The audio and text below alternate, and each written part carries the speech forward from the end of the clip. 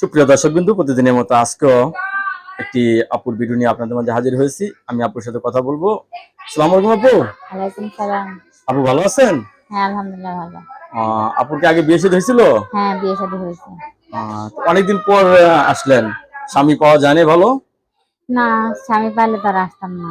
স্বামী পাওয়া যায় নাই? আশা দিয়ে রাখে সবাই, আশা তো পূরণ করে না। ও, আশা দিয়ে রাখে কেউ, আশা পূরণ না, করে না। একটা লোকের সাথে কথা বলছিলাম, সে বলছিল বাংলাদেশে এসে বিয়ে শাদী করবে। তো হঠাৎ করে একদিন ফোন দিয়ে আসি আমার নাম্বারটা ব্লক করে দিচ্ছে। মানে প্রতারক। প্রতারণা মেয়ে শুনে, ফোন ধরলেই শুনে মেয়েরাই নাকি প্রতারণা করে। এখন তো ছেলেরাও এরকম করে প্রতারণা করে। নাহলে আবার আচ্ছা। 5-6 মাস পরে কেউ আবার মিডিয়ার সামনে আসতো। এখন যদি কেউ বিয়ে করতে চায় আপনাকে? হ্যাঁ, করবো। একটা ভালো মনের মানুষ পাইলে অবশ্যই বিয়ে শাদী করবো। ছেলে যে বয়সের সমস্যা আছে? কোনো সমস্যা নাই। অনেকে বউ চলে গেছে, এরা যদি আপনাকে বিয়ে করতে চায়? হ্যাঁ, করবো। সে ভালো হলেই হবে। সে ভালো হলেই আপনি তাকে জীবন সঙ্গী করতে চাচ্ছেন? হ্যাঁ।